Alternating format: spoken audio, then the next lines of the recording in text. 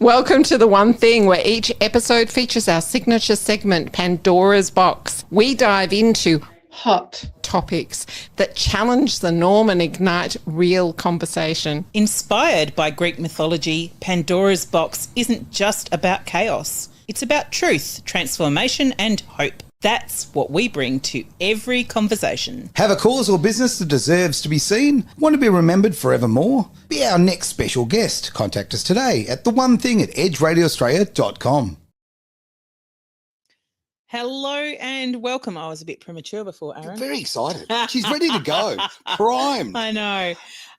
Welcome to Edge Radio Australia, and you are listening to The One Thing, which normally has three hosts, Aaron. It does. There's Someone's someone playing missing. Yes, there's someone who's having a fun old time down south. I've seen the photos and it's And the videos. just making me jealous.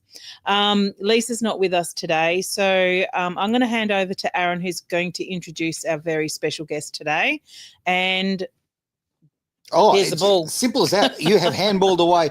This is an absolute pleasure. This is a gentleman who we've got to know each other over the last few years, a true freedom fighter, somebody who actually really cares about the future of this country, somebody who cares about what's left as a legacy to his children and grandchildren, and for everybody's children and grandchildren. So a guy I'm very proud to call my friend. It is Daniel. Now, I've written his name down because for all of this time, I just go, that's Daniel with the Italian last name, right? It is Daniel Bettinelli. I mean, what a great name, hey? I had to throw the accent out there. I'm going to bring him on screen. Great to see you. How are you there, Daniel? Yeah, I'm good, mate. Thank you very much. Did you enjoy me butchering your surname? Is that important? I did, mate. I appreciate the effort, but let's just leave it to Bettinelli, should we? All right, we'll just go with that. Okay. No more rolling of the tongue, mate. Now, you're there. You've obviously got a fantastic backdrop, which says The Unspoken Truth, and it's a show that you put forward on the internet. Now, before we get into things, just can you give us a little brief outline of what you're about, what Unspoken Truth is about, and what mutual respect is all about? Yeah, surely. So firstly, I'd like to extend my appreciation and thank you very much for getting me on.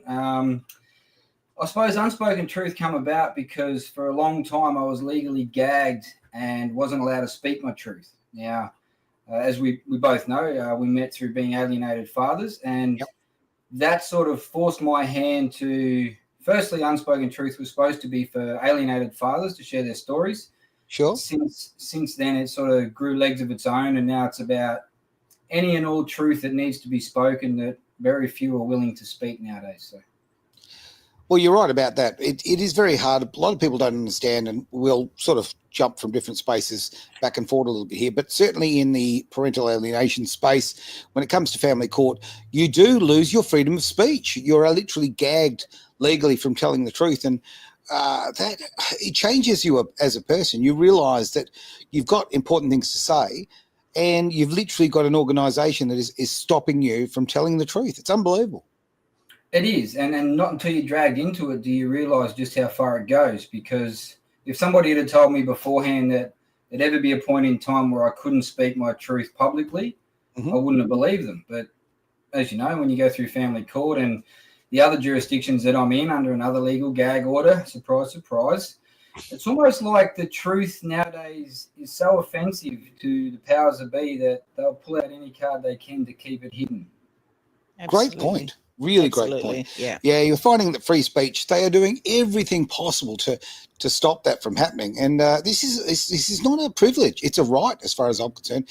And come the end of this year, of course, the Australian Labor government is trying to take away the right for all Australians to actually speak freely without censorship, with, of course, this ridiculous control of which they sell as being safety. It's about the kids. Oh, yeah. But it's, as we all know, it's got a lot to do. It's a Trojan horse.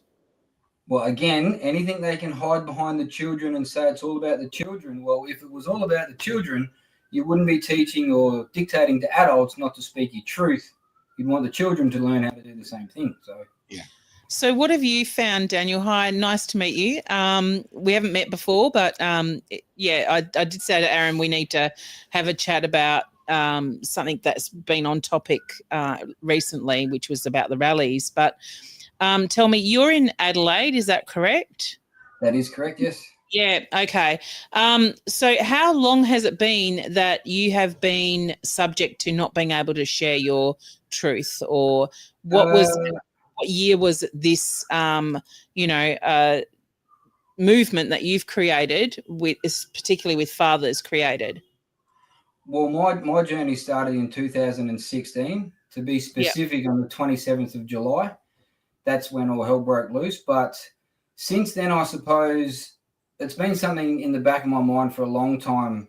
As I said before, because I've been restricted from speaking honestly, I wanted to create a platform. And I want to get one thing clear. I'm grateful for what you do, because it's extremely hard to do that. I don't appreciate being a public figure. So, I do hail you, the people that can do it comfortably. But I suppose probably the last couple of years, it's been something I've been edging towards. And then I first tried to do this in January last year. And then conveniently, I had 6 police officers at my house with historic charges to cease and remove all of my electronic devices. Wow. So 6 months later, they gave everything back and discontinued the charges. So I believe, in my opinion, that it was just simply to shut me up. Yeah. Intimidation 101. And it's something that the police and those who actually are paying the police tend to use this. I mean, it's a real go-to technique. Use fear to stop people from telling the truth. And false accusations are a big, big thing. And we're going to actually see a lot of this when we're talking about the subject of, obviously, the rallies that we've seen over the last couple of weeks. There's another one coming up this Saturday as well, where everyday Australians, like yourself, mate, like me, we're all stepping up and saying, hey, it's about time we were heard. It seems like for far too long, these governments and these people working in the government have been working for others, certainly not the everyday Aussie. They've been working for their own agenda. Very much so. Yeah. Yeah. Have we lost you there, Daniel? I've lost sound, mate. I can't hear you. Okay. Wow. Well, that's interesting in itself. But all right, mate. Well, if you could we've got you at this end. So perhaps if you can't hear us, it's going to be a bit of a drama. I know. You're going to have to message him and tell him just to talk. I might just do that. Keep talking, mate. I'll get the phone going in the meantime. Talk. I can't hear you. All right. Well, actually, take this opportunity then. Leanne, you'd tell us your opinion, and I'll give Daniel a quick call. And okay, perfect. You're going to mute yourself? Yep. Okay, so I wasn't able to be present at the rallies a couple of weeks ago. I had an event in Pemberton, but I did see the amount of people that were present, and I'm normally one to actually go to these things, and I actually felt like you said there was 18,000, Aaron, and I feel like it looked like more, it was just my estimate. Yeah, your estimate. I think it's really important that people have that platform to be able to speak out. And I really do think that our government has too much control on what we say and how we say it. I also truly believe that we are now, as a country, assimilating to other people's belief systems, those that come in. I'm really struggling. I can't hear you, mate. Rather than us. All right. Can you hear us there, mate? Okay. And now everything at this end is saying that you are sweet and everything is bang on. But unfortunately, our friends on the internet have stepped in and said no.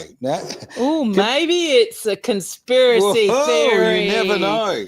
All right. So what I'll do is love it. All right. I'm going to just quickly call you on the phone. Very high tech methods indeed. I fixed. Can you hear us now? Can you hear us? I can, yeah. Sorry, I've got you back now. Okay, Yay. look at that. We're back in action, Jackson. Love it. All right. Nothing like There's more than one way to silence us, isn't there? Yeah, wow, there you go. They can try as much as they like. They're really not going to achieve anything. But look, for you, mate, as I say, we've talked about like where your eyes were opened up. But let's just fast forward to today right now. Let's talk about the rallies. Let's talk about the media. Look, let's cut the crap. The media lies. I mean, the media has just been completely dishonest through this entire experience, what they've been trying to portray. And yourself, who's had obviously some involvement in the South Australian events there, what did you see the media displaying compared to what was actually happening in reality? Well, they tried to make a song and dance out of it and create an issue that there was all these issues going on and the white supremacy group took over. But Yeah. it was literally just a very minute issue. There wasn't anything big. There was nothing like mainstream reported. It was very small. It was very, very small. And I look, this is how I portrayed it, and I think this is as accurate. I'm not sure about the numbers, but my call in Western Australia, I said, here's what I saw. I saw 18,000 proud, fantastic West Australians and 20 dickheads, right? That's what I saw. Okay. You're always going to get dickheads. It doesn't matter where. It doesn't matter what you're doing. Yeah. Everywhere. There is always, and you know what? That's again the power of free speech.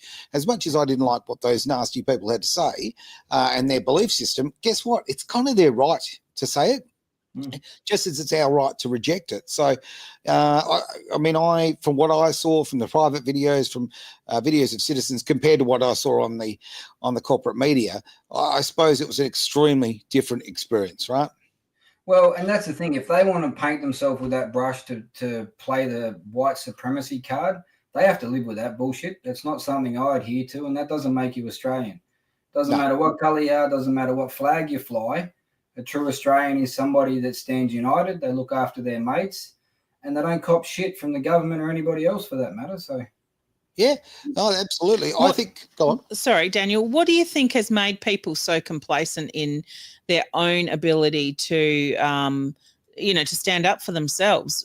Do you think it's propaganda? Is it the media that's stopping that? Is it, do people, have that fear still? I feel like more people are standing up now, but it's not showing it. It just feels like it's not showing it. What's your take on that, Daniel? Well, my take is, and that's a great question, because I think fear is part of it, but I also think that, and we see this a lot on social media, and that is somebody threw out a clip a while back where this lady said that govern me harder, Australia. So majority of Australians, they fall in line. I don't know why, but for some reason they think the government actually have their best interests at heart. I mean, if you open your eyes and you don't have blinkers on, you can clearly see that they're running an agenda, and that agenda is not in the best interest of everyday Australians. I think we are one of the highest tax countries in the world. Yeah. My relatives have come over from New Zealand, and she bought herself 10 of these alcoholic drinks, lemon alcoholic drinks. And it was $51. And she said, I can get 24 for that in New Zealand. I said, that's because of our taxes. Oh, that's right. She goes, I don't drink very often. Lucky I don't. And I said, I know.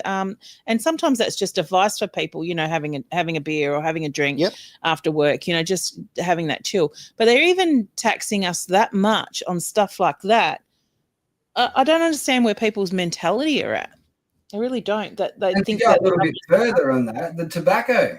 That is, I'm glad I don't smoke. God, me too. Who can afford to smoke, mate? Honestly, yeah. Be very well. It's never been something that I've been into, but again, I'm not a smoker, but I respect people's right to do it. Okay, if that's your thing, if you want to do it, knock yourself out. Right? What do you think they're doing with all our tax dollars, Daniel? Well, I think they're lining their own pockets. It's not going back into the system like they claim it is. I mean, for God's sake, they're even talking about taxing the spare room. Yeah. I mean, there is no end to what these dickheads will do, pardon the French. But it's, if you act like something, I'm going to refer to you as that, and Albanese is a dickhead. It's as simple as that. Well, yes. Well, he's a traitor. He's an absolute traitor to this country. And you know what? Here's the thing, okay? What we've just said, those last few seconds, can literally in December put you and me, and maybe you too, Leanne, in cuffs, right? That's the reality of it. They're literally making any criticism of the government illegal. No, I'm sorry. Well, guess what? Get the handcuffs out. I might even bloody like it. Who knows? I'm not even going to go there. No, we won't Sorry. go there. No. that opens itself up for a there's lot of Pandora box. There's no beer in jail, Aaron, just so you know. Cheers. Okay. To freedom. But it is unbelievable to think that something so fundamental as having a conversation and if we wind the clock way back, this country is about this. Okay, we talk about our great heroes. We talk about Ned Kelly. We talk about, what happened, the Eureka Stockade. We talk about these things where there was that clash with government This is part of our DNA. But that has been so washed over the longest period of time, and we're seeing the difference in it, right? Like we're literally just before we came onto air, we were talking about the fact that the great part of Aussie culture is pulling the piss out of each other, right? And we do that well. We do, absolutely. Yeah, next level. Now, here's the thing. If I stop pulling the piss out of you, I don't think we're friends anymore, right? And that literally has become illegal. It really has. I see this as a worldwide agenda against freedom. I really do. I think that, it's without doubt the UK, Canada and Australia have been the three primary nations that have been the focus of this, the test studies, if you like. And like I've said many, many times, and I will keep saying it, the greatest thing about Australia is its apathy. And the worst thing about Australia is its apathy. She'll be right is right now causing us to destroy the futures for our children and our grandkids. Well said. And that's what it comes down to is it's un-Australian not to stand up for future generations. So if you know something's wrong and yet you're remaining silent because of your own personal fear, imagine how much harder it's going to be for the future generations to have an opinion publicly if you're too scared to do it now. I don't know if I was of childbearing age now, I don't know if I'd have a child because I don't know what I'm bringing that child into. I worry about my kids. They're 30 and 28, but I worry about them. Imagine if a grandchild came into the picture and what they have to deal with. So my question to you, Daniel, is do you think that doing these rallies will actually change anything in the government? I would like to hope so. And the only way that I see them actually becoming powerful enough to concern the government is in mass numbers. And I get a lot of feedback about this on social media that, it's a waste of time and something's better than nothing. To sit around and say, you're not doing anything. Well, at least we're out there trying to do something. But do I think it's going to be enough? At this point, I'm not sure. I do believe the global agenda is in full swing. And as Aaron said, we are a test country. And if you can make Australians bow down, I think you can make any country bow down. I think we've become lazy. Very much so. Yeah. I think we have just become really super lazy. And I think, you're going on about an agenda. I think that has been instilled over time. That laziness has been pushed on us. Couldn't agree more. Now, we've got a question in from Lisa L. Thank you very much for the question. She said, how do we set things? Hang on. How do we set things right? Yeah. Is what she meant. There we go. Cool. Yeah. Cool. Well, I haven't got my glasses on. Good old vanity, but there we go. And that's a great question, Lisa. And I'd really love to hear your opinion there, Daniel. What are your thoughts? How can we set things right? First and foremost, we should nominate Aaron Malloy to be PM. I think that would be a great start. Oh, dear. What a mess that would make. We have a lot of fun, though. I'll tell you right now. Speed limits would certainly go up. But but who will be pulling your strings, Aaron? That's what I want to know. Because all PMs are being little puppets on strings, aren't they? So here's where you've got a great point there, right? And no, I'm never going to be PM. But I'm telling you right now, if I was, there is no strings you could pull. Because some people, right, we value our independence and our integrity enough that we can't be bought. Yeah. Because I sit here in this role right now at Edge Radio Australia, and people have attempted to buy my opinion. All right, people have literally tried to have a controlling interest, and I keep saying no, right? And it's, look, hey, would it make life easier? Yes, it would, as far as a financial sense. But integrity is not for sale. Now, when we talk about elbow, or just look at Dan Andrews. I mean, come on, right?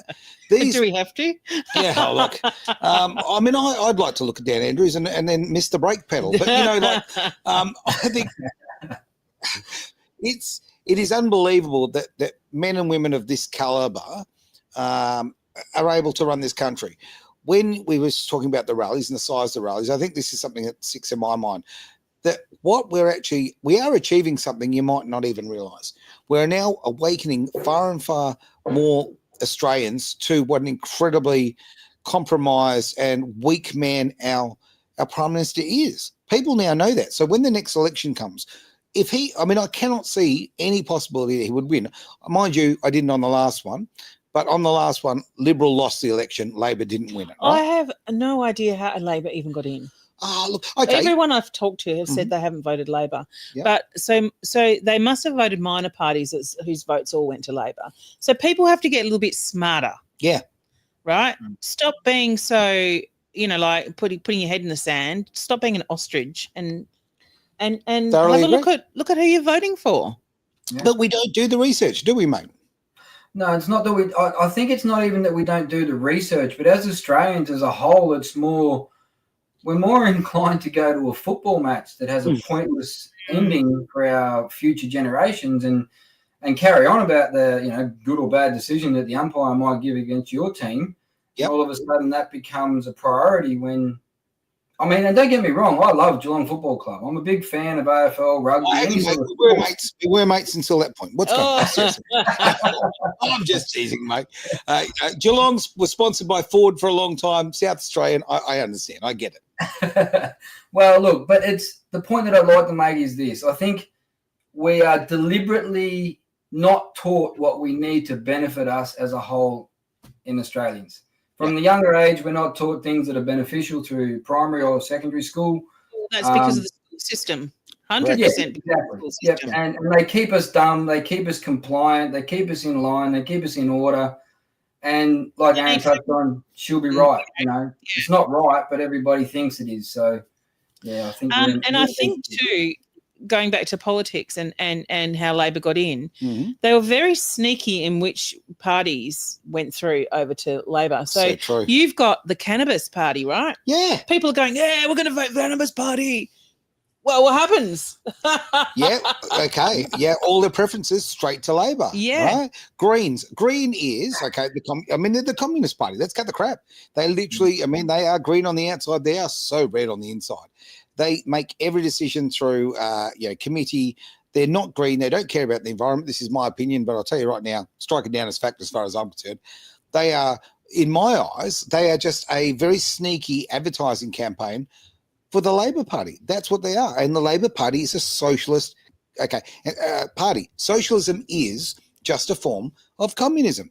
And what did our diggers go and fight for? They fought to keep Australia away from communism. It just does my head in. Hey, time for a very quick break. Back in tick. It's Edge Radio Australia. You're watching The One Thing. Is pain holding you back? Bowen Therapy with Panacea Healing can change that for you. It's never too late to recharge your health, career, or purpose.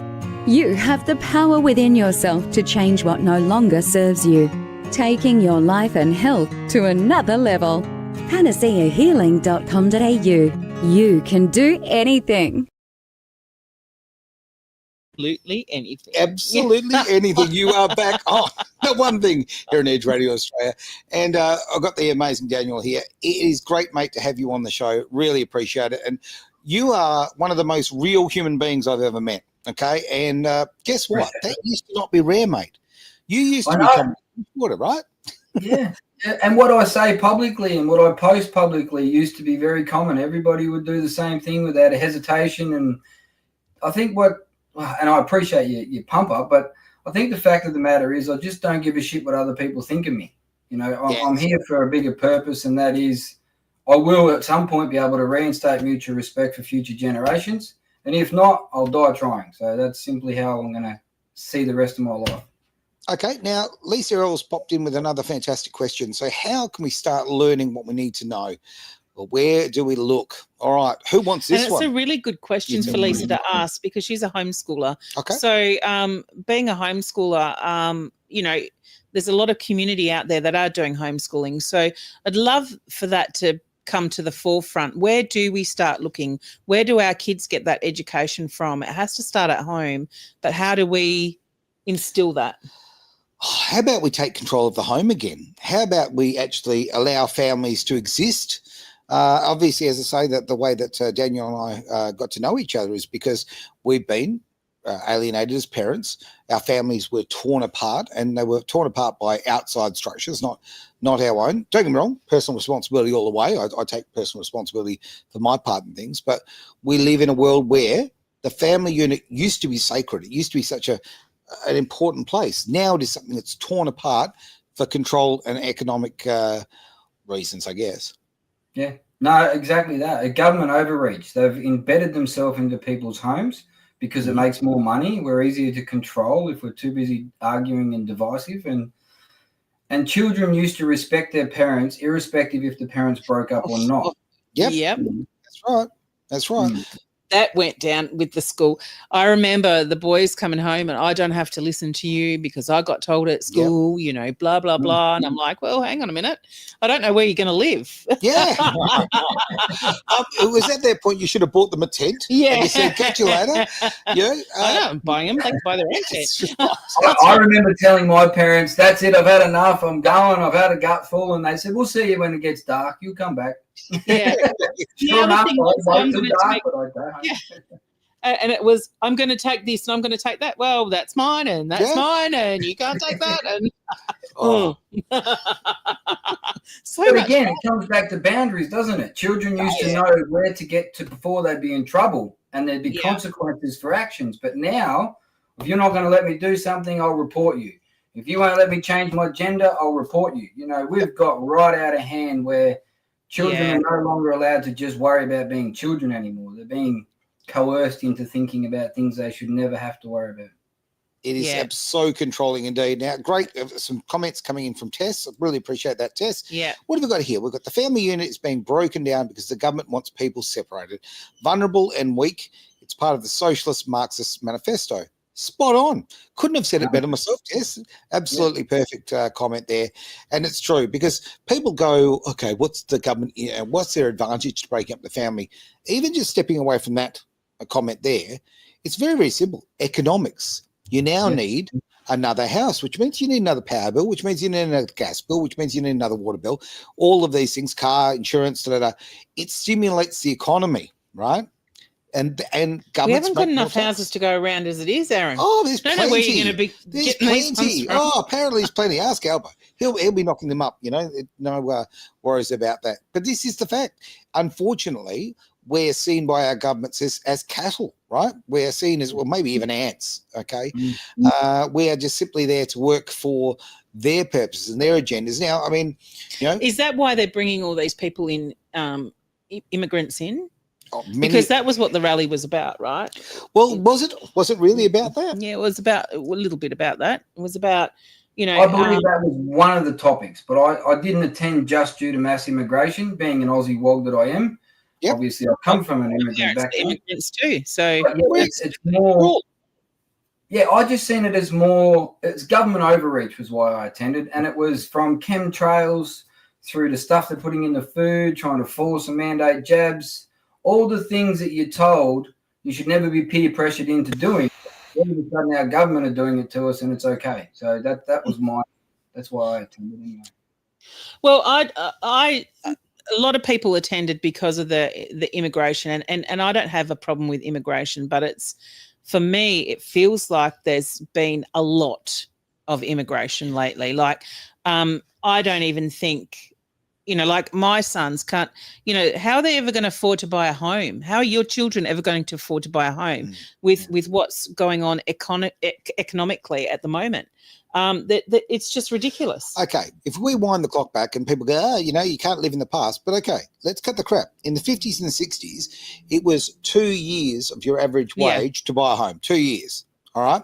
Now, even if you believe that the average wage is, okay, let's just say 80,000, okay? I'm sure that's not it, but we'll give it a go. So, okay, our house is 160 grand. Well, when we bought our first house in 1989, it cost us just over $80,000, and I would say that would be double our wage. You know, the two years wage, right? Now you're looking at a house, a 3x1. For $800,000-$900,000. Yeah, that's ridiculous. Oh yeah, imagine if you lived in Sydney. Not a chance in the world. It is so. This is in Perth. Yeah, Perth is the back end of the back end. Hey! We are wait a while. Come on, Perth. We are wait a while. We are also the sunshine capital of the world. We are. We have the most beautiful women. That's a fact. Yeah, I agree. No bias at all there, is there? None whatsoever. Whatsoever. You know what? I wouldn't even try and make the statement to back Adelaide up into that. So we'll just leave that. Oh, dear. Now, we've got a comment from Lisa L again. So thank you very much, Lisa. Always great questions from you. And I mentioned that because we've got so many Lisas. I think our main demographic for the show is people called Lisa. We do very well. Yeah, so, look, immigration. people with L. With the little Leanne, L. Lisa, geez. you know. Okay, well, as Laren, my next question is, immigration is fine if immigrants are here to enjoy the Aussie lifestyle and values and contribute to Australia. Boom. Absolutely. But we're not. We're assimilating to their cultures. Yeah. I'm sorry. That's exactly what we're doing. Oh, my parents had to actually integrate into Australian culture. They had to learn the language, they had to learn the English language, and they had to assimilate into Australian culture. And they did that, and they did that really, really well. That's not happening now. Look, am I right to assume you were born in Australia? Yes, I was born in Australia. So first generation Aussie. Yeah. Oi. How about you there, Daniel? Yeah, no, I was born here, although the last name probably doesn't make that obvious, but yes, I was. Yeah, but my point being is, our parents were immigrants. Yeah. So it's not about being anti-immigrant. No, by any stretch of imagination. But you're right. I mean, when my family came to Australia, guess what they had to do? They had to fit in, and enhance the Australian lifestyle, not take it over. And that's a big part of what's going on here right now.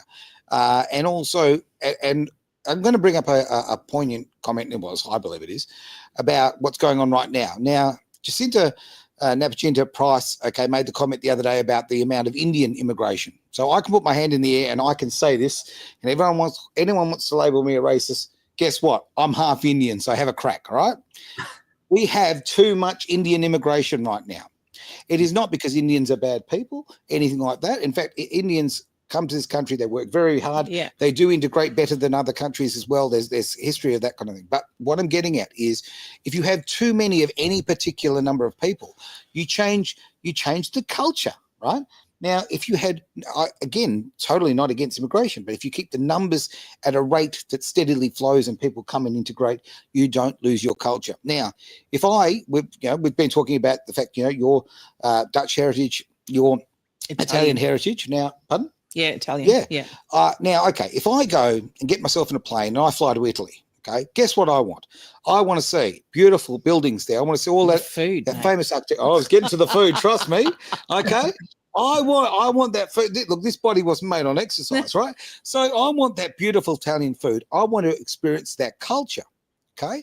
I don't want to go to a country that's nothing but IKEA furniture. Okay. Which is what the world has become so homogenized and made the same. I want to go to Italy for that. So if you come to Australia, guess what you want? You want to see Australian culture. Yeah. If I go to the UK, too late for the UK, it's over the UK. But I want to see English culture. If I go English pub. English pub, damn straight. Cheers to that. All these countries, that's why you're going there. So if you take over the world and you became just one, two things, it shows very much that, as I say, those who are in power very much consider us to be their pets or their ants or their cattle, because they don't care about that sort of thing. But it diminishes the world. And of course, why would you travel if everything looked the same, right? Absolutely, 100%. But it's the old Paul Hogan, right? Yep. Chuck another shrimp on the barbie. Well, chuck another steak on the barbie and some sausages, and come in and be enveloped by our beautiful beaches and our natural resources, because that's what Australia is. We have the most beautiful country in the world, but it's just going to shit. It is. Okay, now, speaking of shit, let's talk politics. Okay, so right now, Tess just put up a great comment. Jacinta has been asked to stand down by Susan Ley from the Shadow Ministry, right? Now, that says so many things. Now, Jacinta Napacinta Price, and my pronunciation is lousy on that, but is someone I've actually met. Actually, someone I've spent time with, had a chat with on a couple of occasions, and he's an absolutely wonderful Australian. Okay, and we shared some jokes and we had a great time and we talked about some very serious stuff. And she is incredibly intelligent, but she understands the nuance of the love of this country, right? Now, with Susan Ley, what have you got? Okay, right now we have in this country we have Labor and we have Labor Light. We don't have a Liberal Party. And the best thing, if Susan Ley is asking Jacinta to actually stand down, that is, to my mind, the clearest indication, full stop, that Susan Lane, it's time to go. You're only ever put in there as a caretaker position. You were put in there because everybody knew that was only going to be a temporary spot. You've shown yourself in such a short amount of time to be so incredibly weak. What we need right now is we need politicians who stand up and actually care about the people of this country, Yeah, 100%. Okay. I think you're right. I think the problem, and only my opinion, and there are Alex Antics, another one. Jacinta's a great representative. But I think majority of the politicians in this country are, like touched on before, they're just puppets. They're just there to create a divide. They're there to push their own agenda. And sadly, they're there to destroy our culture and our children's future. And I truly believe that. What would you say would be the biggest hurdle as for us going forward? Or the other flip side of that, what would be the biggest thing that we could do going forward? I think, like you touched on before, make sure you understand where your votes are going. But even more than that, again, only my opinion, but if everybody decided to stop adhering and bowing down in fear to these global puppet masters, it all stops. It literally all stops. One or two will be picked off, but if enough of us stood united, it would have to stop. And what do you think will make the difference in people hearing that message? How do you think we can get that out there? That's a great question, because I've been rattling my brain for the last 18 months trying to work out how to plant the seed to make people, but you can't force people to become aware of, and me and Aaron have touched on this, sometimes it takes a very traumatic experience in your life before the curtain gets pulled back on the level of corruption that we're all living in. Yeah. So maybe it's a case of, like what you're currently doing, Aaron, and what you're doing with the, the unspoken as well, Daniel, and that's just keep plugging away with, shows, making people aware of it, trying to get that message through to the masses. Maybe, it's going to be harder and harder with social media, which is where you get most people's attention, right? But maybe it's a case of that. Maybe it's a case of it'd be great if we had a few, multi-millionaire philanthropists that were on our side and, we had billboards up or something like that. But I think we just need to keep plugging at it, because eventually people will listen. I think you're right, but I would like to say that everybody's capable of having a public opinion. Stop allowing, and this is why they're called opinions. They're not called facts, because everybody's allowed to have their own. So you don't have to be fearful of saying something that you believe in, because that's why it's your opinion. Stop hiding behind that, somebody might label me something if I say something in the public arena. Well, Anthony Albanese, this is my opinion and my description of Anthony Albanese, and that is that he is a homosexual man trapped in a toxic feminist body that identifies as a ventriloquist doll. Now, nobody has to agree with me. That is my personal opinion of this man. Okay? It's put a good image in my brain, though. I know.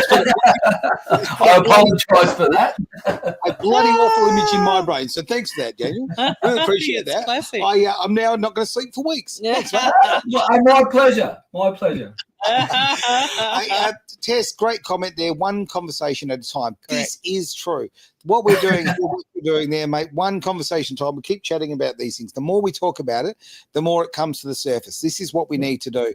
And people are so afraid of ridicule when you talk.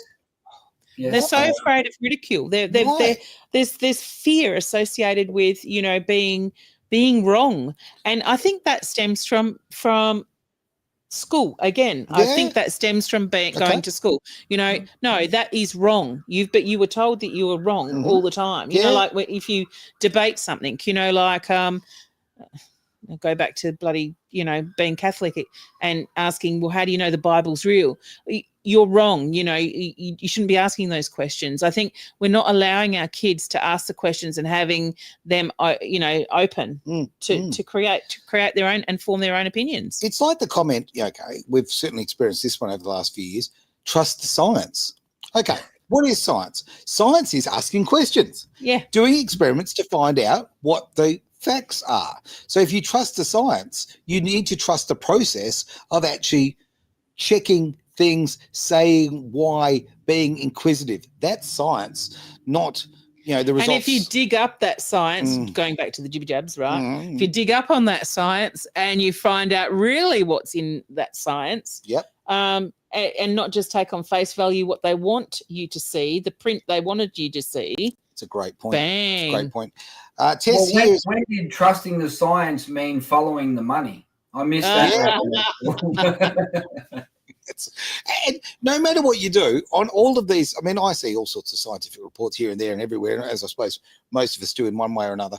And honestly, if you follow the money on everyone, there is the answer. Yeah. There's been so, and I could recite it, and something you and I have experienced here, Daniel, with the Duluth principles and the study there, where the Duluth principle is literally a study that all social policy has been written about in the Western world, right? Now, the Duluth principle actually came out, that the person who wrote it literally came out 2 years after the principle and said, well, actually, we were told what they wanted the result to be, and we literally made the science fit the result. That is 43 years since that's been in place, and social policy has been written on a lie for 43 years. Unbelievable, right? Yeah, no, well said. And to go even further, then you've got Emily's list. For people that have never heard of that, I suggest to do a quick research on that, and you'll find out how predominantly politicians and business ladies are encouraged to basically receive handouts as long as they meet certain KPIs. Yeah, 100%. Another great comment here. Now, Tess has put, learn one topic really well, gather a little proof and talk about it. Small bites rather than the whole TED talks about it. Yeah, very, very, very true. We can't be an expert in everything, No. Stay in your lane, learn it really, really well. I'm going to actually sort of spin back. Just to intervene there quickly, even, again, coming back to, even if you're not an expert on a topic, you can still express your own opinion. Just be willing to understand that, actually, I'll go back to a conversation we had a while back, Aaron, where we touched on men going their own way. Yep. And you brought it up with me, and I said, no, flat out, I disagreed with it. After you explained from your point of view, it actually gave me more of an understanding. And as having a growth mindset, I thought, well, shit, he's right. So I'm not an expert in every field. I'm not even an expert in one field, but I am an Australian. I am a loudmouth little bastard. And if I want to have an opinion, well, that's my God-given right. So if someone can prove me wrong, great. That'll help me grow. So yeah. I encourage everybody to just speak your truth. It's as easy as that. You don't have to have a qualification to be honest.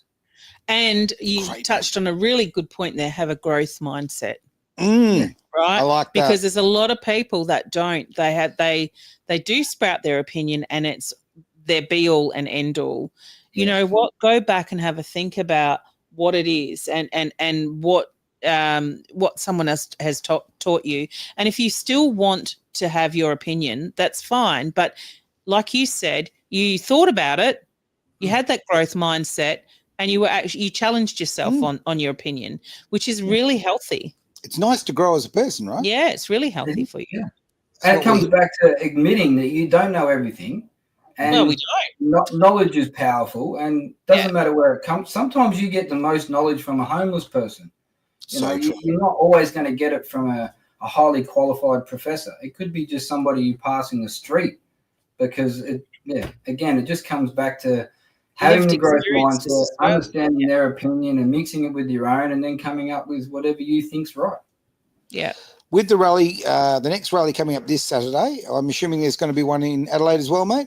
Yes, no, that's a fair assumption to make, mate. I'll be in attendance. I'm having a little bit of look. As I said at the start, and I'll have as many rallies that need to attend. I'll go to, but I do think that at some point we're going to have to come up with stage 2, because at this whole marching and then everybody goes home is not really accomplishing anything.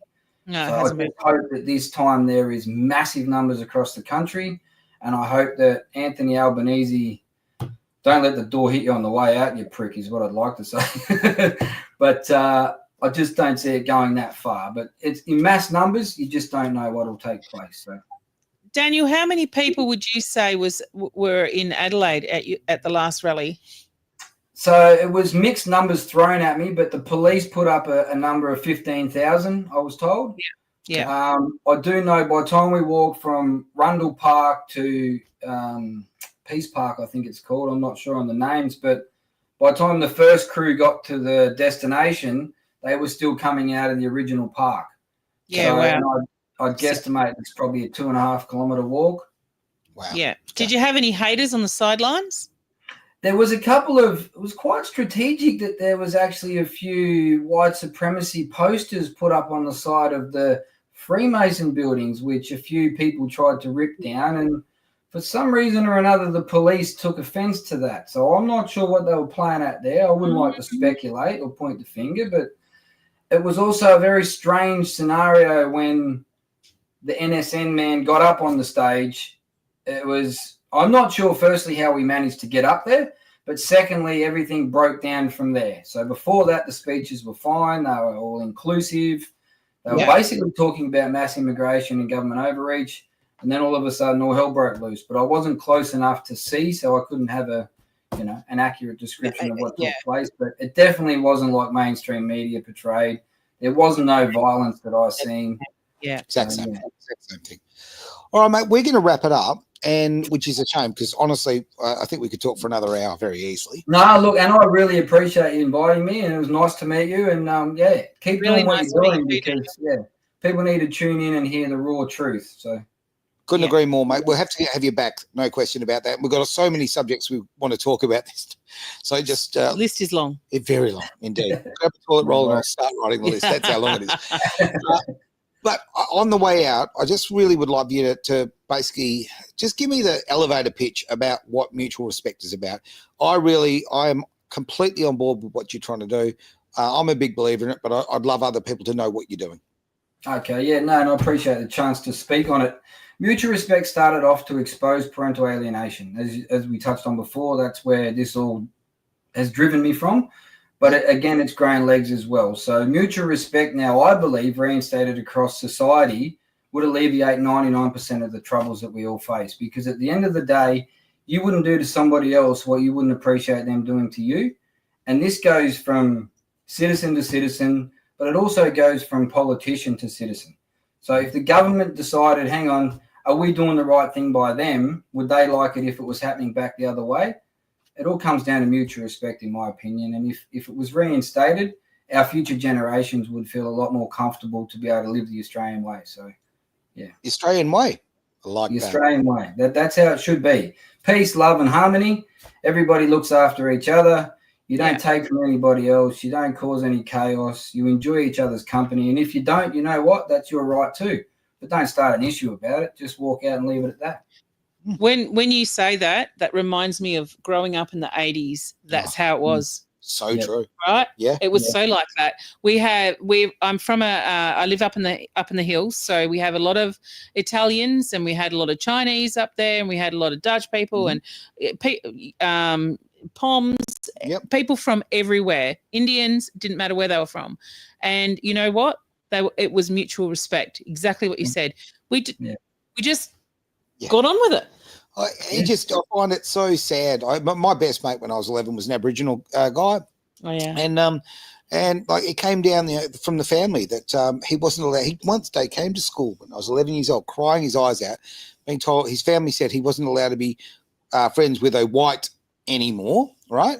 And like, where's the respect either way? Honestly, we were just two mates. Who gave a damn about our backgrounds? Who cared about the colour of your skin? You see kids together, and what are they? They just envelope each other. They love each other. You know, like young kids, they have no filter. They just get on with it. Hate is taught, and that's a valid point because racism is taught. It's no doubt about that. Children do not become racist without heavily influences outside of them. However, we still used to call the Italians wogs, which I like. Well, look, I'm 45, and Aaron still refers to me as the wogs. But that's the other thing too. I don't find that offensive at all. No. You know, that's like me calling Aaron a bald, overweight man. That's not offensive. Yeah. It's the truth, right? I've got feelings. Hang on. Triggered. Where's my son? Hey, we've touched on this topic, mate. Feelings aren't as important as facts. Damn straight. That's true. Oh, look, ain't that the truth? And, we've got to be very straight down the line with people and get back to the facts of, you know, if we all get along and we all pull the mickey out of each other and we realise that we're far more similar than we are different. The colour of our skin, the background, it's got bugger all to do with it. If we're going to have a truly unique and beautiful culture in this country, guess what? Politicians need to step the fuck up. Yeah. Maybe I'll just come up with the answer. Let's just put a bloody big ring, a big fence around Canberra. Problem solved. Yeah. Right? Job done. Well, that's probably a good idea. What if it was just a crater? That would be a better idea. And on that bombshell, we'll end the show, mate. Yeah, you're absolute pleasure having you on the show again. Quick little plug. Where can we reach you, find you, look at your information for mutual respect? Unspoken truth, mutual respect. I'm on TikTok. I under the exposing the narrative is what I am on TikTok. Mutual respect's on Facebook. I am technologically handicapped, so bear with me if you do reach out. I'll get back to you at some point. But just look, I'd just like to leave it on this note. Just speak your truth. Nobody has to like it. It's your truth. It's your opinion. If they don't like it, well, so be it. Yep. Love it, mate. Absolutely. Yeah. Thank you very much for being a guest. Daniel. And we'll see you again very, very soon. Thanks for joining us on The One Thing, Edge Radio Australia.